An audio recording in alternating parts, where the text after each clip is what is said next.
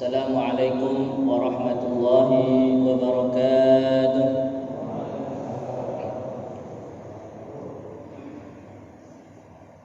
Alhamdulillahi rabbil alamin. Wabihi nasta'inu ala umuri dunya waddin. Wassalatu wassalamu ala asyrafil anbiya'i wal mursalin wa ala alihi wa sahbihi ajma'in. Asyhadu an la ilaha illallah wahdahu la syarika lah wa asyhadu anna sayyidana Muhammadan 'abduhu wa rasuluhu la nabiyya ba'dah. Allahumma shalli wa sallim wa barik ala sayyidina Muhammadin wa ala alihi wa sahbihi ajma'in.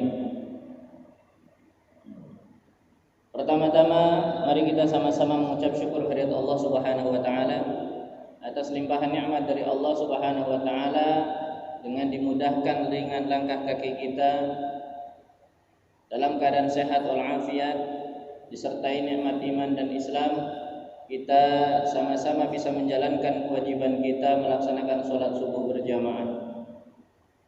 Jemaah sekalian yang dirahmati Allah Subhanahu wa taala, tak lupa juga mari kita senantiasa bersolawat pada baginda Rasulullah Muhammad sallallahu alaihi wasallam sebagaimana Allah memerintahkan kepada kita, ya ayyuhalladzina amanu sallu alaihi wa sallimu taslima. Bersolawatlah kalian wahai orang-orang yang beriman kepada baginda Nabi Muhammad dengan solawat dan salam. Selain kita membaca solawat, juga hendaknya kita ucapkan dalam lisan kita dengan mengucapkan assalamu alayka ya Rasulullah, atau sebagaimana kita baca dalam akhir tahiyat kita, assalamu alayka ayyuhan nabiyyu wa rahmatullahi wa barakatuh. Karena dengan kita membaca solawat dan salam secara lengkap tersebut, maka kita telah menjalin sebuah hubungan yang sangat dekat dengan Rasulullah sallallahu alaihi wasallam. Membangun hubungan dengan Rasulullah tidak lantas kemudian kita harus datang ketika kita tidak memiliki kemampuan datang mengunjungi ziarah ke kota Madinah ataupun langsung berada di dekat makbarah Rasulullah sallallahu alaihi wasallam. Karena Nabi kita memiliki keistimewaan yang tidak diberikan kepada para nabi yang lain, di mana Allah Subhanahu wa taala memberikan keistimewaan tersebut khusus bagi baginda Nabi. Baginda Nabi telah bersabda, barang siapa yang membaca salawat kepadaku illa ruddallahu ruhi ila jasadi liyaruddas salamu alaihi. Barang siapa yang mengucapkan salam kepadaku, maka Allah akan mengembalikan ruhku kepada jasadku untuk menjawab salam orang yang mengucapkan salam tersebut. Jadi ini keistimewaan baginda Nabi. Salam itu artinya adalah doa. Ketika kita mengucapkan salam, assalamu alayka, artinya keselamatan bagimu. Ketika kita mengucapkan salam, maka otomatis Nabi akan menjawab salam kita yang serupa, keselamatan juga bagimu. Dan sebaik-baik doa keselamatan adalah doa yang keluar dari lisan Nabi Muhammad SAW. Makanya ini adalah sebuah keistimewaan bagi kita. Jangan sampai kita tinggalkan. Paling tidak minimal setiap pagi dan sore kita baca salawat dan salam secara lengkap. Jemaah sekalian yang dirahmati Allah Subhanahu wa taala, kita melanjutkan kajian kita pada kajian kalamullah. Kita akan membaca dan juga mentadabburi dari kalam-kalam ilahi, terutama di dalam surah Al-Baqarah, dari kajian tafsir Jalalain Imam Jalaluddin Suyuti wa Imam Jalaluddin Mahali, nafa'anallahu bi'ulumi fid dharain amin ya rabbal alamin. A'udzu billahi minasy syaithanir rajim. Bismillahirrahmanirrahim. Laisa 'alaika hudahum walakinnallaha yahdi man yasha' wa ma tunfiqu min khairin fali anfusikum wa ma tunfiquna illa ibtigha'a wajhillah wa ma tunfiqu min khairin yuwaffa ilaikum wa antum la tudlamun. Lil fuqara'il ladzina uhsiru fi sabilillah la yastati'una darban fil ardi yahsabuhumul jahilu aghniya'a minat ta'affuf ta'rifuhum bisimahum la yas'aluna an-nasa ilhafa wa ma tunfiqu min khairin fa innallaha bihi 'alim. الذين ينفقون أموالهم بالليل والنهار سرا وعلانية فلهم أجرهم عند ربهم ولا خوف عليهم ولا هم يحزنون. Kita lanjutkan pada surah Al-Baqarah ayat 272. Laisa 'alaika hudahum. Tidak wajib bagi kalian, tidak wajib bagimu, yaitu baginda Nabi Muhammad sallallahu alaihi wasallam, hudahum, untuk memberikan hidayah kepada mereka. Ayat ini turun walamma mana'a sallallahu alaihi wasallam minat tasaddaqa 'alal musyrikina liyusallimu. Bahwa ayat ini turun berkaitan dengan ketika Rasulullah sallallahu alaihi wasallam pernah memerintahkan, melarang agar para sahabat-sahabatnya tidak memberikan sedekah kepada orang musyrik, kepada orang yang belum beriman sampai mereka beriman. Fanazala, maka Allah menegur dengan menurunkan ayat ini. Laisa 'alaika hudahum, tidak ada kewajiban bagimu wahai Muhammad untuk memberikan hidayah kepada mereka. Ai annasu, yaitu memberikan hidayah kepada manusia, ila dukhuli fil Islam, untuk membuat mereka masuk Islam. Innama 'alaikal balagh, sesungguhnya kewajiban bagimu wahai Muhammad hanya menyampaikan. Walakinnallaha yahdi man yasha, akan tetapi Allah lah yang memberikan hidayah kepada yang siapa dikehendaki olehnya. Ai hidayatuhu ila dukhuli fihi, atau hidayah untuk menerima agama Islam, menjadi orang yang beriman di dalamnya. Ayat ini menunjukkan bahwa nabi kita itu nabinya orang banyak. Bukan hanya nabi untuk orang yang beriman dan Islam saja. Nabi kita adalah nabi yang diperintahkan untuk menyampaikan pesan dari Allah, yaitu tauhid, baik kepada orang yang menerima ataupun orang yang menolak. Makanya ketika Nabi mengistimewakan berikanlah sedekah kepada orang Islam saja, orang yang sudah beriman, Allah menurunkan ayat ini, memberikan peringatan bahwa tugasmu adalah menyampaikan kepada yang menerima ataupun yang menolak. Sedangkan orang yang menerima atau orang yang ditakdirkan oleh Allah dengan hidayah, itu adalah kersane Allah. Itu adalah khusus hak prerogatif Allah, siapapun yang dikehendaki. Ya. Makanya dalam hal ini, ketika kita berbicara tentang hidayah, kita tidak bisa memaksakan kepada siapapun, termasuk kepada orang yang paling dekat dengan kita. Di antaranya adalah ketika Nabi Shallallahu Alaihi Wasallam menghendaki, di dalam riwayat-riwayat sejarah, bahwa Nabi menghendaki paman Nabi sekaligus besan Nabi untuk masuk Islam atau menerima agama Islam. Namanya Abdul Uzza. Abdul Uzza ini adalah kakaknya dari Abdullah ibnu Abdul Muthalib, atau pamannya Nabi, kakak dari ayahnya Nabi Muhammad sallallahu alaihi wasallam. Selain itu, selain menjadi paman, Abdul Uzza juga hidupnya bertetangga dengan Nabi, sangat dekat rumahnya dengan Nabi. Tidak hanya bertetangga, tidak hanya kerabat dari ayah, tetapi juga Abdul Uzza adalah seorang besan Nabi. Karena Abdul Uzza punya dua anak laki-laki namanya Utbah dan Utaibah.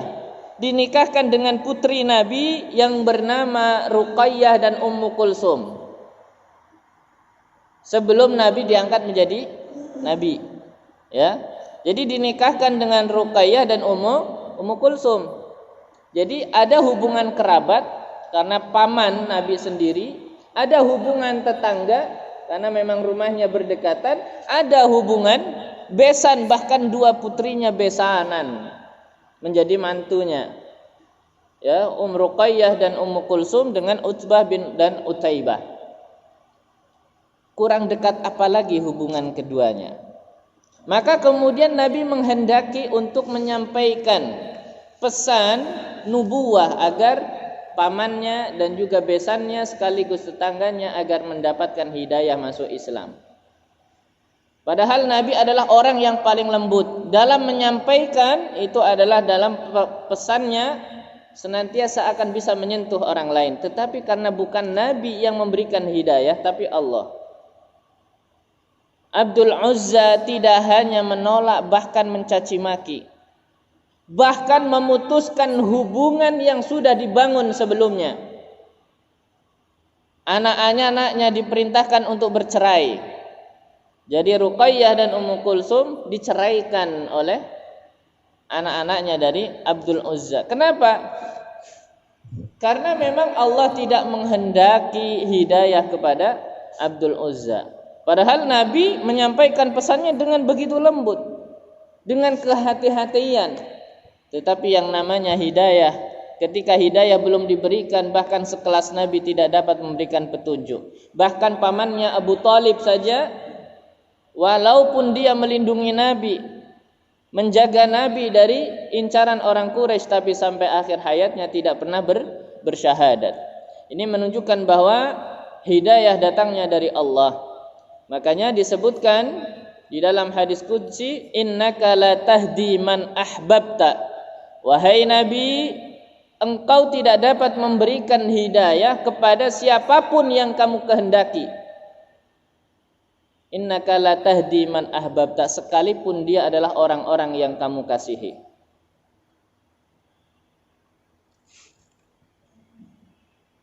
Wa ma tunfiqu min khairin fali anfusikum. Dan apa yang kalian nafkahkan. Ini dari kemarin kita masih membaca ayat-ayat tentang nafkah. Artinya adalah pemberian tanpa mengharap balas jasa, baik yang sifatnya wajib, zakat, atau nafkah dalam pengertian bahasa Indonesia, ataupun nafkah dalam pengertian bahasa Arab, yaitu memberi tanpa balas jasa, yang wajib maupun yang sunnah. Wa ma tunfiqu min khairin, dan apa yang kalian nafkahkan dari harta benda. Sekali lagi, kita kalau berbicara khair di dalam Al-Quran, itu tidak senantiasa berarti kebaikan. Khair di sini berarti adalah harta, benda, mal. Min khairin ay malin fali anfusikum, maka nafkah yang kamu keluarkan adalah untuk dirimu sendiri, bukan untuk orang lain. Li'anna sawabahu laha, karena pahala orang yang memberi nafkah itu kembali kepada orang yang mengeluarkannya. Jadi ini juga memberikan pencerahan bagi kita ketika dihubungkan dengan penjelasan sebelumnya. Ketika kita mengeluarkan nafkah kita kepada orang lain, kemudian kita mengharapkan agar orang tersebut mau datang ke masjid, ini salah. Kita misalnya memberi nafkah, memberi sedekah kepada orang, kemudian kita harapkan orang tersebut mau datang ke masjid atau ikut dalam sarana kegiatan. itu salah. Karena orang datang ke masjid itu bagian dari hidayah, bagian dari Allah yang meringankan langkah kita. Bukan karena sedekah yang kita keluarkan. Tidak ada hubungannya sedekah yang kita keluarkan dengan hidayah untuk orang lain. Ya. Jadi jangan sekali-kali kita mengeluarkan sedekah kita agar berharap orang yang menerima sedekah, yuk, ini kamu sudah saya berikan nafkah, saya berikan sedekah, datang ke masjid, datang ke ini dengan imbalan seperti itu. Karena sejatinya orang mengerjakan ibadah, orang mengerjakan amal kebaikan adalah termasuk dari nikmat Allah, yaitu hidayah dari Allah. Bukan karena kita memberi atau tidak, itu kembalinya kepada diri kita. Tidak ada pengaruhnya kepada orang lain. Kenapa? Karena kalau kita mengeluarkan, itu pahalanya untuk diri kita. Jadi kalau kita niatkan agar orang tersebut kemudian mau berjamaah, itu keliru. Karena hidayah datangnya dari Allah Subhanahu wa taala. Wa ma tunfiquna illa ibtigha'a wajhillah. Dan apa yang kamu keluarkan, kamu nafkahkan, janganlah kamu mengeluarkan kecuali mengharapkan wajhillah, yaitu ridha Allah Subhanahu wa taala. Hanya kepada Allah kita mengeluarkan nafkah sedekah atau kita niatkan untuk mendapat ridha Allah. Ai sawabahu la ghairah min aradid dunya. Khabar bimana an-nahyi, yaitu pada ayat ini menjelaskan tentang larangan seseorang mengeluarkan nafkahnya untuk mendapatkan balasan dunia. Karena kalau balasan dunia sifatnya adalah jual beli. Kita memberi dengan mengharap kita menerima. Wa ma tunfiqu min khairi yuwaffa ilaikum. Dan apa yang kalian keluarkan min khairin dari harta bendamu, yuwaffa ilaikum, maka Allah akan mencukupi balasannya bagimu. Sebelumnya ayat-ayat Al-Quran menjelaskan tentang orang yang mengeluarkan sedekah akan dilipat gandakan 100 kali lipat. Bahkan diperumpamakan dengan orang yang menanam padi. Satu bulir padi akan menumbuhkan 7 tangkai. Dan dari 7 tangkai akan melahirkan setiap tangkainya 100, bahkan sampai 700 kali lipat. Wa antum la tuzlamun, dan kalian tidak akan sedikit pun dizalimi. Artinya apa yang sudah dijanjikan oleh Allah itu akan dipenuhi. Tidak berkurang sedikit pun. Kalau Allah janjikan 100, ya diberikan kelipatannya. Ketika Allah janjikan 700, Allah berikan sesuai dengan janjinya. Wa antum la tuzlamun, yaitu tidak dikurangi sedikit pun, dalam artian tidak akan dizalimi oleh Allah Subhanahu wa taala. Jadi ayat ini menjelaskan kepada kita agar senantiasa kita berbuat baik. Hendaknya meminta balasan atau hanya mengharapkan ridha Allah Subhanahu wa taala, bukan yang lain. Ketika kita memberikan kebaikan, kriterianya dalam Islam itu ada 3. Kriterianya dalam Islam ada 3. Pertama adalah tetangga. Poin tetangga itu sudah bisa menjadikan sebab kita harus berbuat baik kepada mereka. Baik yang bertetangga itu muslim ataupun non muslim. Jadi tidak lantas kemudian kita memberikan sedekah hanya kepada umat Islam saja, tidak. Tetapi kepada tetangga kita, apalagi kalau memang keadaannya tidak mampu. Kenapa? Karena hal ini menunjukkan kemuliaan Islam, berdiri di atas semua golongan, memberikan bantuan kebaikan tidak memandang siapa mereka. Tapi poin pertama adalah bertetangga. Kemudian yang kedua adalah kerabat, keluarga. Kalau kita ada hubungan kerabat, hubungan yang tidak akan terputus dengan kematian adalah kerabat. Ketika orang tua kita meninggal, kita dengan saudara tetap namanya kerabat.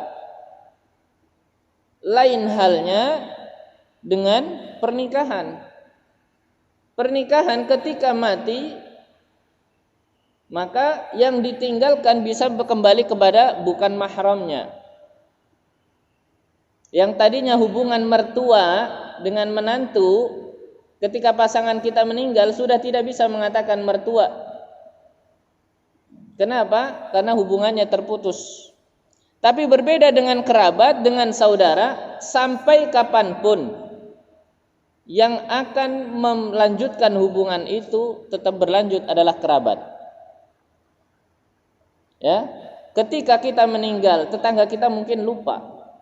Karena hanya hubungan bertetangga, tetapi kerabat, saudara, paman, keponakan itu kita memiliki satu hubungan darah yang tidak akan hilang. Makanya yang poin kedua yang harus kita berikan kebaikan kita adalah kerabat. Apalagi kalau dia bertetangga, kemudian kerabat, dua kebaikan harusnya kita berikan kepada mereka. Maka itu harus dijaga. Karena bagaimanapun juga tetangga selangkah lebih di depan. Ketika kita mendapatkan musibah, mendapatkan cobaan, yang paling dekat dengan kita adalah keluarga, tetangga. Ketika kita sedang di luar hujan, siapa yang pertama datang mengangkat jemuran kita? Tetangga. Ketika kita mendapati musibah, siapa yang menolong pertama, yang paling tahu? Tetangga. Apalagi kalau tetangga kita juga kerabat kita, maka harus kita muliakan. Kemudian poin yang ketiga, selain tetangga, selain kerabat adalah akidah. Seagama. Kalau tadi pertama tidak mempedulikan agama dia apa.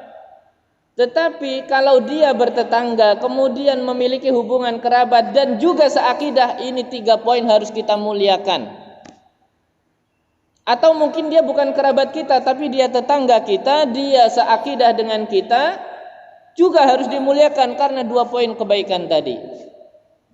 Maka tidak ada alasan bagi kita untuk tidak berbuat baik kepada orang lain. Kalau dia bukan tetangga kita, paling tidak mereka seakidah. Kalau dia tidak seakidah, paling tidak mereka kerabat. Sa'ad bin Abi Waqqas tetap memuliakan ibunya walaupun beda keyakinan. Jadi kita harus mencari titik poin bagaimana kita bisa memuliakan orang lain, yaitu dengan 3 poin tadi. Paling tidak bertetangga, apalagi berkerabat, dan juga seakidah.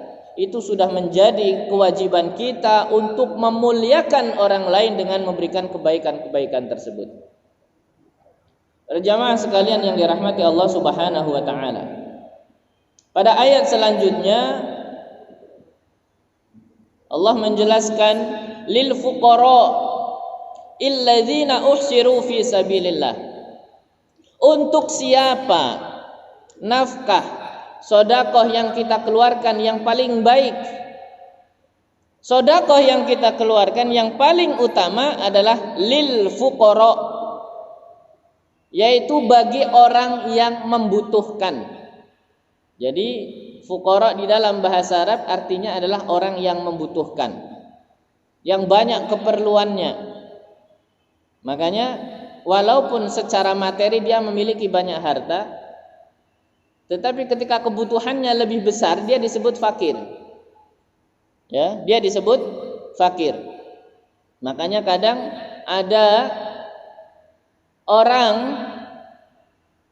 yang kelihatannya sudah banyak harta tetapi dia masih korupsi. Kenapa? Karena dia masih fakir.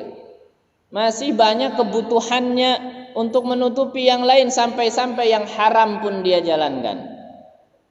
Tapi Allah sebaliknya, wallahu ghaniyun, Allah itu maha kaya. Ghani sebenarnya artinya bukan kaya.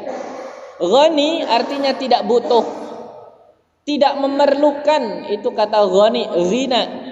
Ghina a'anin nas, Allah tidak butuh terhadap makhluknya. Makanya Allah disebut ghani, karena Allah tidak membutuhkan apapun, karena Allah maha kuasa. Sedangkan kita nahnu abdun fuqara, kita adalah hamba yang butuh. paling tidak adalah butuh terhadap pertolongan Allah Subhanahu wa taala. Nah, sedekah tersebut, nafkah yang kita keluarkan itu sebaiknya diberikan kepada orang fakir. Tapi orang fakir yang seperti apa? Alladzina uhsiru fi sabilillah, yaitu orang-orang yang terhalang untuk berjihad di jalan Allah, atau orang-orang yang terhalang karena mereka berjihad di jalan Allah sehingga tidak bisa memenuhi kebutuhan mereka sendiri. Ini yang paling baik. Ay habasu anfusahum 'alal jihad, atau mereka terhalang untuk melaksanakan jihad. Jadi kalau zaman dahulu kriteria orang fakir itu mereka seperti ahlus suffah, karena dalam ayat ini nanti dijelaskan nazalat fi ahli suffah. Ayat ini turun di kelompok ahli suffah, yaitu mereka wahum arba'umiyah minal muhajirin. Mereka ada 400 orang dari golongan muhajirin yang mereka fokus untuk mempelajari Al-Quran, dan mereka berperang wal khuruj ma'as saraya, dan mereka keluar untuk berperang, tetapi mereka terhalang karena tidak memiliki sesuatu untuk mereka berperang. Artinya mereka mau perang tidak memiliki pedang, mereka mau berperang tidak memiliki kuda, tidak memiliki apapun yang bisa membawa mereka dalam peperangan. Sehingga mereka memang dikhususkan untuk belajar di Suffah, yaitu di Masjid Nabawi. Ini kriteria orang yang harusnya kita bantu pertama kali. Kalau zaman sekarang adalah orang-orang yang mementingkan jihad di jalan Allah. Artinya orang-orang yang menghidupi agama Allah untuk mengajar. Karena saking sibuknya mengajar, mereka tidak sempat untuk kulakan ke pasar untuk dagang.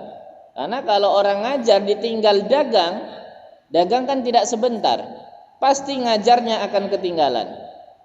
Atau dia mengurus yayasan sampai dia tidak bisa bekerja. Bagaimana bisa bekerja? Ijazah saja tidak punya. Para kiai kan rata-rata tidak punya ijazah tinggi, paling lulusan SMA kemudian pesantren. Bagaimana mereka bisa bekerja di luar? Maka uhsiru fi sabilillah, mereka terhalang. Kenapa? Karena mereka sibuk untuk menghidupi di jalan Allah Subhanahu wa taala, sehingga mereka tidak pernah terfikir untuk bagaimana bisa menutupi kebutuhan keluarganya. Mereka kan juga berkeluarga, mereka punya anak yang harus disekolahkan. Nah, ini pertama orang yang harus kita bantu. Karena fakir itu, orang yang membutuhkan itu ada 3 kriteria. Pertama, dia miskin, dia fakir, tetapi dia punya mental jihad. Ya, dia miskinnya karena mental jihad. Tidak sibuk ngurusi dunia, tapi sibuk ngurusi akhirat. Ini fakir yang mental pertama yang harus paling kita dahulukan. Nah, ini yang paling bagus sedekah kita. Kenapa? Otomatis sedekah yang kita keluarkan juga sama menghidup-hidupi fisabilillah. Kalau orang tersebut tidak kita bantu, siapa lagi yang mau menghidup-hidupi fisabilillah? Makanya orang-orang seperti ini ada di tangan orang kaya. Artinya orang kaya bertanggung jawab atas kelangsungan hidup mereka. Kemudian yang kedua, orang fakir tapi mentalnya fasik. Kalaulah orang ini kaya sekalipun, dia tetap orang tidak mau ngurusi agama, malah memperbagus urusan dunianya sendiri. Kalau kita beri orang fakir ini paling apa? Malah membagusi handphonenya biar tambah canggih. Sejatinya dia orang miskin. Kalau kita beri bansos dalam bentuk uang, paling-paling dia hanya untuk memperbagus rumahnya atau untuk memperbagus kebutuhan dirinya saja, tidak untuk menghidup-hidupi di jalan Allah. Ini orang yang fasik. Sholat juga enggak. Walaupun tadi ayat tadi kita tidak boleh memberikan atas nama kita ingin memberikan dia hidayah, tidak. Tapi memang kita diperintahkan oleh Allah untuk menolong hamba-hambanya. Karena di satu sisi Allah pernah menegur Nabi Ibrahim. Ya, ketika Nabi Ibrahim Orang Nabi Ibrahim ini terkenal dengan kelumoannya, kedermawaannya. Dia tidak pernah makan sendiri, selalu makan dengan tamu. Kalau tidak ada tamu, dia cari keluar siapa yang bisa diajak makan di rumahnya. Setiap hari menyembelih ratusan ekor kambing dan unta hanya untuk bersedekah. Sampai suatu ketika ada orang Majusi yang usianya sudah tua, 60 sampai 70 tahun, datang. Orang ini tahu Nabi Ibrahim ini tokoh besar, orangnya dermawan. Dia datang ke Nabi Ibrahim, minta apa? Agar disambut, dijamu, diberikan makan. Orang ini sebenarnya sebelumnya kaya, tapi kemudian mendadak miskin. Dia kelaparan, akhirnya datang kepada Nabi Ibrahim agar diberikan makan. Tapi apa yang dikatakan oleh Nabi Ibrahim? Kamu saya beri makan dengan syarat kamu beriman dahulu. Kalau kamu beriman, saya jamu kamu sepuasnya. Lalu orang ini kecewa, orang Majusi ini kecewa dengan Nabi Ibrahim. Dia tokoh besar tetapi harus mensyaratkan iman. Maka akhirnya orang Majusi ini pulang dengan kekecewaan. Tidak lama kemudian yang namanya Nabi itu bisa langsung berhubungan komunikasi dengan Allah. Wa huwa Khalilur Rahman. Nabi Ibrahim adalah kekasihnya Allah. Langsung Allah berbicara dengan Nabi Ibrahim. Wahai Ibrahim, kamu tahu orang Majusi tersebut berapa umurnya? Sekitar 60-70 tahun. Selama 67 tahun atau 70 tahun dia tidak beriman kepadaku, tetapi aku jamin makan dan hidupnya, minumnya, kebutuhannya aku jamin tidak kekurangan sedikit pun. Baru kali ini aku uji dia dengan kelaparan. Dia datang kepadamu, kamu mau memberi sekali saja tapi kamu mensyaratkan, sedangkan aku 70 tahun tidak pernah mensyaratkan dia beriman, tetap aku berikan nafkah kepadanya. Kamu baru sekali diminta tapi mensyaratkan iman. Langsung Ibrahim taubat istighfar, datang mencari di mana orang Majusi tadi. Akhirnya dipanggil, ayo kamu datang ke rumahku, aku jamu. Orang Majusi tadi heran, bagaimana Nabi Ibrahim yang tadinya senantiasa dengan alasan harus beriman, syaratnya iman, tiba-tiba mendadak berubah. Bagaimana dengan syaratmu tadi? Tidak perlu, yang penting kamu datang, kamu makan. Kenapa? Kemudian aku ditegur oleh Tuhanku gara-gara mensyarati iman, sedangkan Tuhanku tidak pernah mensyaratkan iman, senantiasa memberikan kamu makan selama 70 tahun. Maka sejak saat itu Majusi tadi beriman kepada Allah. Berarti Tuhanmu adalah Tuhan yang benar, mengurusi semua makhluk, bukan hanya pilih kasih makhluk yang beriman saja. Maka ini menjadikan pintu hidayah. Oleh karena itu ini juga menjadi syariat bagi kita. Laisa 'alaika hudahum. Tidak boleh kita memberi dengan alasan atau dengan harapan orang tersebut harus tunduk dengan apa yang kita mau. Kita pengen orang itu jadi sering rajin berjamaah, itu memang bagus, harapan yang baik. Tetapi ketika sedekah yang kita niatkan demikian, itu salah, itu keliru. Berarti karena apa? Hidayah itu adalah hak prerogatif Allah Subhanahu wa ta'ala. Nah, orang yang fakir tadi memang ada 3 kriterianya, tetapi memang itu yang paling afdol adalah orang yang senantiasa sudah berada di jalan Allah, tapi mereka terhalang karena kefakirannya. Ada orang mau membangun pesantren, pesantrennya sudah lapuk, mau runtuh, dia tidak punya harta. Maka di saat itulah kita membantu dengan sedekah kita untuk membangun fi sabilillah. Itu yang paling utama. Yang kedua ada, yaitu orang fasik. Memang mentalnya fasik. Kita memberi ya memberi saja. Gitu. Tapi yang paling utama adalah yang mental fi sabilillah. Ada mental yang ketiga, yaitu orang yang sudah miskin, fakir, tapi mentalnya maksiat. Memang dia pekerjaannya lonte,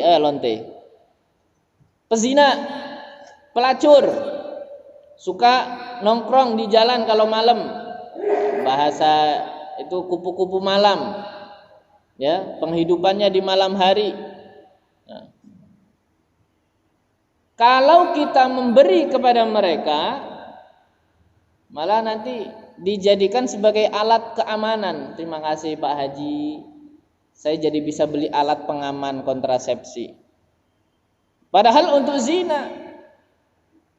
Tapi apakah kita tidak boleh memberi kepada mereka? Toh mereka juga orang fakir. Boleh memberi, tapi harus dengan urutan-urutan. Paling tidak minimal ditegur, dinasehati. Kamu sudah miskin, banyak maksiat, apa tidak malu? Paling tidak ditegur, diberikan nasihat agar orang tersebut mau meninggalkan pekerjaannya, kita bantu. Jangan malah kemudian difasilitasi untuk melakukan maksiat. Ada orang yang suka mabok. Kalau dia punya uang untuk mabok-mabokan, ini maksiat. Maka kalau kita memberi, ya beri, tetapi kira-kira dengan memberikan nasihat juga, ya, agar dia bertaubat.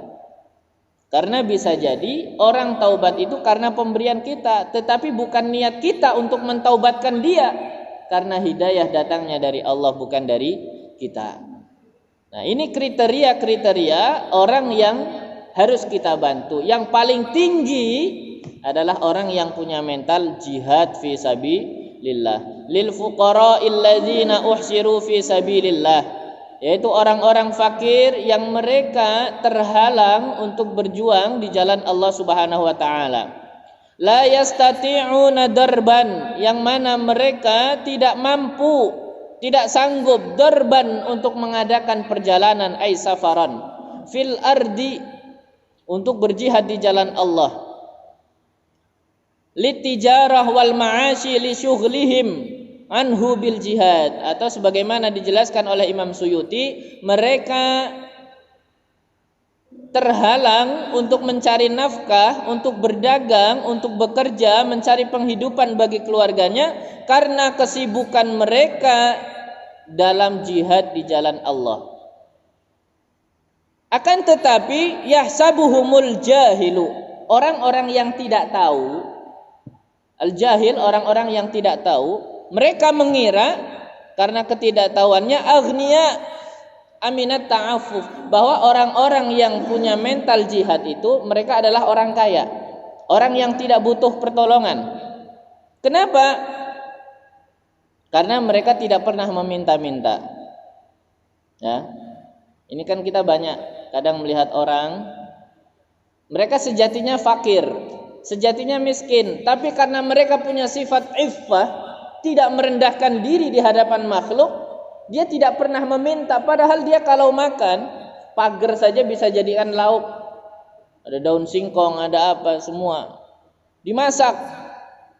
Apalagi kalau santri, santri apa saja bisa dimakan. Ya, nasi yang gosong, apa ya, keron, ya, kalau masak di panci, di api, di tungku, dan ada keronnya, itu dimakan apapun. Dia tidak mau meminta-minta. Tetapi orang-orang yang tidak tahu mengira mereka itu orang yang kaya, orang yang tidak butuh pertolongan. Yahsabuhumul jahilu aghniya aminat ta'affuf, bahwa mereka adalah orang-orang yang menjaga diri. Ai li ta'affufihim anis su'al, yaitu mereka tidak pernah meminta-minta, wa tarakahu, dan meninggalkan meminta-minta kepada makhluk. Ta'rifuhum bisimahum, mereka bisa diketahui, ada ciri-ciri. Biasanya orang yang mental jihad ini bisa diketahui, ada ciri-cirinya. Apa? Biasanya wajahnya senantiasa bercahaya, suka senyum. Ini mental orang yang menjaga harga dirinya. Padahal sejatinya mereka fakir, tapi mereka di hadapan makhluk tidak mau merendahkan diri. Ya, biasanya ada mental mereka, ciri-cirinya gampang tersenyum, tidak meminta-minta, selalu ceria, bahagia. Ini kalau ketemu mereka seperti itu. Padahal sejatinya mereka adalah orang yang membutuhkan. Kalau dikasih tidak akan menolak, tetapi malu untuk meminta. Ta'rifuhum bisimahum, mereka dapat diketahui dengan ciri-cirinya, ay alamatuhum, yaitu tanda-tandanya. Seperti apa? At-tawaddu, mereka selalu rendah hati, tidak jumawa. Wa asarul juhd, dan mereka senantiasa orang yang bersungguh-sungguh. Kalau mengerjakan sesuatu pasti ditunaikan. Ini orang yang fakir tapi mental jihad. La yas'alunan nasa ilhafa, mereka tidak meminta kepada manusia ilhafan dengan berlebihan. Seperti kan ada orang kalau di ini kita, Pak, saya nggak makan sampai 3 hari, Kak. 3 hari nggak makan. Sampai dia melebih-lebihkan agar mendapatkan pemberian dari orang lain. Nah, orang yang mental jihad ini orang yang fakir, tetapi dia disebutkan tadi, itu kalau meminta dia seperlunya. Kalau memang sudah sangat terpojok dia minta. Tapi dia tidak pernah berlebihan sampai mengatakan tidak makan 3 hari atau ini itu dan seterusnya. Kenapa? Karena mereka malu minta kepada makhluk. Mereka senantiasa kelihatan ceria, seolah-olah mereka adalah orang yang tidak butuh. Padahal kalau diberi, mereka bersyukurnya sangat luar biasa. Maka ini yang harus kita bantu pertama kali. Sedekah itu untuk mereka pertama kali yang paling baik. Tapi tidak lantas kemudian kita mencari mereka terus, tidak memberi kepada orang yang lain. Tidak. Tapi kalau ada, itu yang harus kita utamakan. Wa ma tunfiqu min khairin fa innallaha bihi alim. Dan apa yang kalian nafkahkan dari hartamu, sesungguhnya Allah Maha tahu. Sekali lagi, kedudukan orang yang beriman cukup dia mengetahui Allah itu Maha tahu. Tingkat yang sudah tinggi, ya tentu ada yang lebih tinggi lagi. Tingkat yang sudah tinggi bagi orang yang beriman, cukup Allah Maha tahu apa yang dikerjakan. Begitu juga tadi, ketika kita mengeluarkan cukup Allah Maha tahu. Tidak usah kita berharap untuk diketahui oleh manusia. Karena kalau Allah sudah tahu, Allah tidak akan menzalimi pertama. La tuzlamuna syai'a, tidak akan mengurangi sedikit pun. Dan Allah akan mencukupi setiap dari balasan-balasannya. Tapi kalau diketahui manusia paling dipuji. Tapi kalau diketahui oleh Allah, maka semua balasannya, tidak ada kezaliman di dalamnya. Itu kalau Allah Maha tahu. Maka cukup kita orang beriman mengetahui bahwa Allah mengetahui setiap apa yang kita lakukan. Alladzina yunfikuna amwalahum, dan orang-orang yang menafkahkan amwalahum harta mereka bil laili wan nahar, sepanjang malam dan juga siang, sirran wa alaniyatan, baik dengan cara sembunyi maupun secara terang-terangan. Falahum ajruhum inda rabbihim, maka bagi mereka balasan atau pahala mereka inda rabbihim, di sisi Tuhan mereka. Fala wala khaufun, dan tidak ada ketakutan bagi mereka. Wala hum yahzanun, dan tidak ada rasa sedih bagi mereka. Nah, ini ayat ini menjelaskan tentang bagaimana cara kita untuk menafkahkan harta kita, yaitu di waktu malam dan juga siang, baik dengan cara sembunyi maupun terang-terangan. Sebagian riwayat menjelaskan ayat ini turun kepada Ali bin Abi Thalib, karena beliau suatu hari punya uang 4 dirham. Ya, 4 dirham. 1 dirham dia sedekahkan di waktu siang. 1 dirham dia sedekahkan di waktu malam. 1 dirham dia sedekahkan dengan sembunyi, tidak tahu orang yang diberi. 1 dirham dia berikan dengan cara terang-terangan, yang diberi pun tahu, cara terang-terangan di hadapan orang. Ayat ini turun tentang itu. Falahum ajruhum inda rabbihim, maka balasan mereka di sisi Allah Subhanahu wa ta'ala. Kalau ayat sebelumnya kan menjelaskan tentang balasan mereka dilipat gandakan 700 kali lipat dan seterusnya. Tapi pada ayat ini falahum ajruhum inda rabbihim, balasan mereka ada di sisi Allah Subhanahu wa ta'ala, tidak disebutkan. Ini menunjukkan balasan yang sangat luar biasa. Kalau misalnya, Pak, saya beli makanannya 100 juta. Itu kan kelihatan nominalnya, berarti tidak lebih 100 juta. Tapi kalau saya beli dengan harga dari saya, apalagi sayanya ini adalah Allah. Allah tidak bisa disifatkan kemahamurahannya, tidak ada batasannya. mungkin 1000 triliun, mungkin berjuta-juta triliun. Kenapa di sisi Allah tidak ada balasan yang terbaik kecuali di sisi Allah? Kalau balasan itu tidak disebutkan, menunjukkan keagungan, menunjukkan besarnya yang sangat luar biasa. Kalau dibalas 700 kali lipat, itu masih bisa terhitung. Itu ada angkanya, itu ada nominalnya. Tapi kalau dibalas di sisi Allah, itu berlipat-lipat, tidak ada batasannya. Makanya ini bagaimana cara agar kita mendapatkan keagungan tersebut. Dan orang yang bersedekah 4 kali tadi, nanti ada tafsirannya lagi. Baik siang, malam, secara sembunyi, secara terang-terangan, dilihat orang ataupun tidak dilihat orang, dia tetap bersedekah. Wala khaufun alaihim, mereka tidak ada rasa takut dan juga tidak memiliki rasa sedih. Orang yang tidak memiliki rasa takut dan juga tidak memiliki rasa sedih, ini disebutkan di dalam ayat Al-Quran, itu adalah mereka ciri-ciri wali. Karena dijelaskan di dalam surat Yunus, ciri-ciri wali, orang yang sudah menjadi walinya Allah, ala inna awliya Allahi la khaufun alaihim wa lahum yahzanun. Mereka, bukankah para wali-wali Allah itu tidak ada rasa takut dan juga rasa sedih di dalam diri mereka? Jadi kalau mau jadi wali, istiqomahkan dalam sedekah. Siang, malam, terang-terangan, sembunyi-sembunyi, besar, kecil. Kenapa? Ini balasannya seperti wali. La khaufun alaihim wa lahum yahzanun. Siapa orang yang tidak memiliki rasa takut di dunia? Semua kita memiliki rasa takut. Bahkan orang kaya pun takut. Sampai-sampai mereka korupsi.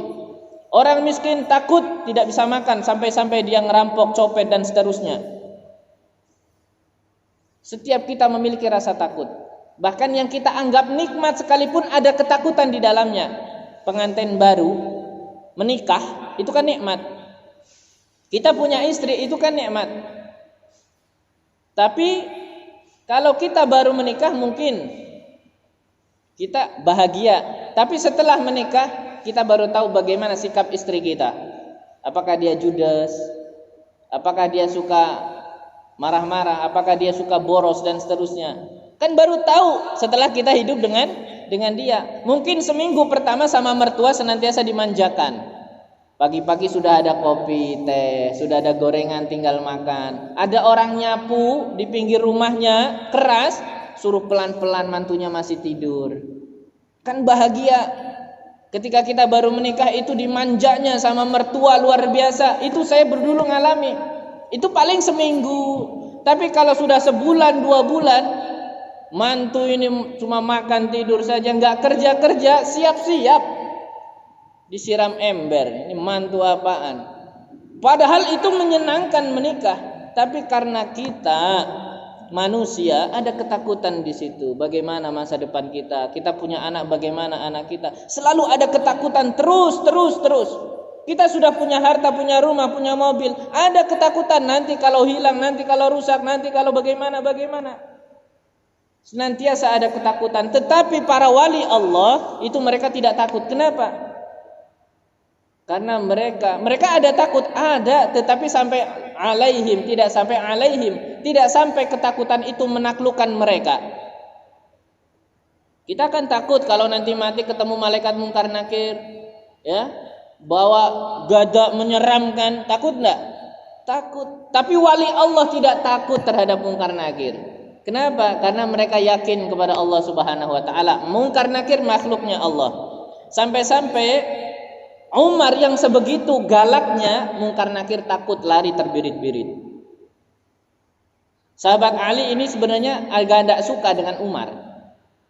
Di dunia galak, coba nanti di alam kubur galak apa enggak?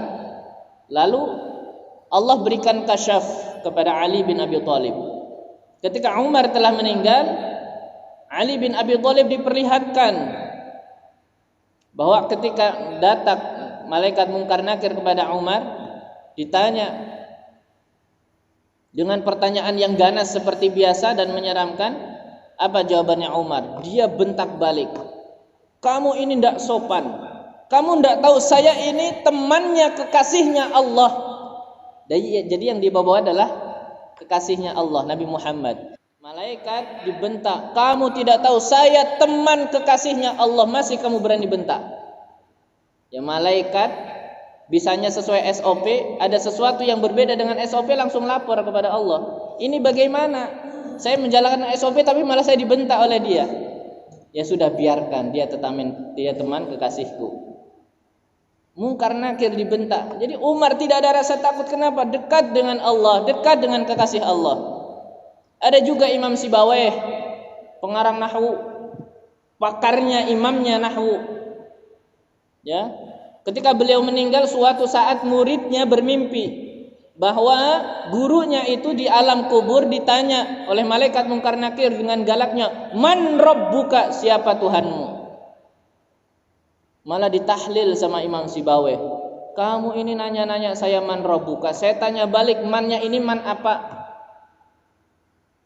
Ditanya balik, pakar nahwu ditanya dengan kalimat man rabbuka. Ya malah ditahlil kalimat man rabbukanya. Ada juga orang-orang tua kita dulu, guru-guru kita kalau ngaji di madrasah diniyah. Itu kamu kalau ketemu malaikat mungkar nakir jangan takut, jangan risau. Kalau ditanya man rabbuka, bilang saja, ngapain pertanyaan ibtidaiyah ditanyakan kepada kita yang sudah aliyah, yang sudah alim, yang sudah kiai. Man rabbuka kan pertanyaan anak kecil, siapa Tuhanmu, siapa nabimu. Kenapa kita mesti takut? Ini pertanyaan ibtidaiyah. Kamu tidak tahu saya guru tauhid, kamu tidak tahu saya guru akidah. Jadi sesuatu yang sudah dekat dengan Allah, la khaufun alaihim, dan itu ciri-ciri wali. Dan itu bisa didapatkan dengan kita istiqomah dengan bersedekah. Dan ini juga menunjukkan bahwa orang yang tidak takut kepada Allah adalah orang yang istiqomah. Setelah dia beriman, dia istiqomah. Di dalam surat Al-Ahqaf, Allah Subhanahu wa taala berfirman, "Innal ladzina qalu rabbunallah," yaitu orang-orang yang beriman Allah Tuhan kami, summa istaqamu, kemudian dia istiqomah, fala khaufun alaihim walahum yahzanun. Jadi orang yang istiqomah. Kita beriman sudah, tinggal istiqomahkan iman itu di dalam hidup kita sampai kita bertemu la ilaha illallah di akhir hayat kita. Maka la khaufun alaihim walahum yahzanun. Begitu juga orang yang nafkah istiqomah, kan menunjukkan siang dia tetap sedekah, malam dia sedekah, terang-terangan dia sedekah, enggak ada orang dia sedekah. Itu istiqomah dalam sedekahnya. La khaufun alaihim walahum yahzanun falahum ajruhum 'inda rabbihim. Maka ini adalah kemuliaan bagi kita.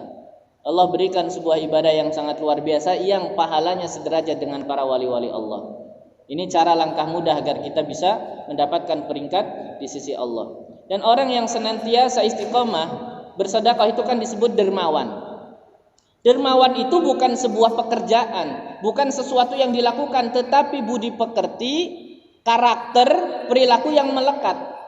Orang yang dermawan sedang tidur tetap dikatakan dermawan. Tuh orang dermawan lagi berbaring di masjid. Tuh orang dermawan sedang lewat di depan rumah kita. Padahal dia sedang tidak memberi. Itulah dermawan. Orang sedang tidak melakukan tetapi tetap dikatakan dermawan. Kenapa? Karena dia istiqomah sebelumnya. Jadi dermawan itu bukan perbuatan. Ya. Sama seperti orang bakhil, orang pelit. Ketika lewat sudah disifati bakhil, oh orang ini pelit ini. Padahal dia sedang tidak melakukan apa-apa tetapi tetap disebut bakhil. Makanya orang yang bakhil, orang dermawan itu adalah karakter. Kita harus bisa menunjukkan karakter kita apa. Agar kita berbuat atau tidak, itu akan senantiasa melekat dengan diri kita. Kalau kita baik, maka sejatinya kita akan baik.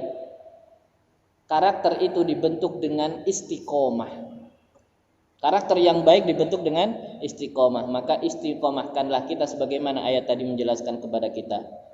Bil laili wan nahar sirra wa alaniyah falahum ajruhum 'inda rabbihim fala khaufun 'alaihim wala hum yahzanun. Baik, mungkin itu saja yang bisa saya sampaikan, dan ini adalah penjelasan terakhir dari ayat-ayat nafaqah pada surat Al-Baqarah. Dan kita lanjutkan pada penjelasan tentang perekonomian nanti, ya, tentang jual beli dan juga riba. Baik, kita tutup dengan kafaratul majlis. Subhanakallahumma bihamdika nasyhadu an la ilaha illa anta nastaghfiruka wa natubu ilaik. Kurang lebihnya saya mohon maaf.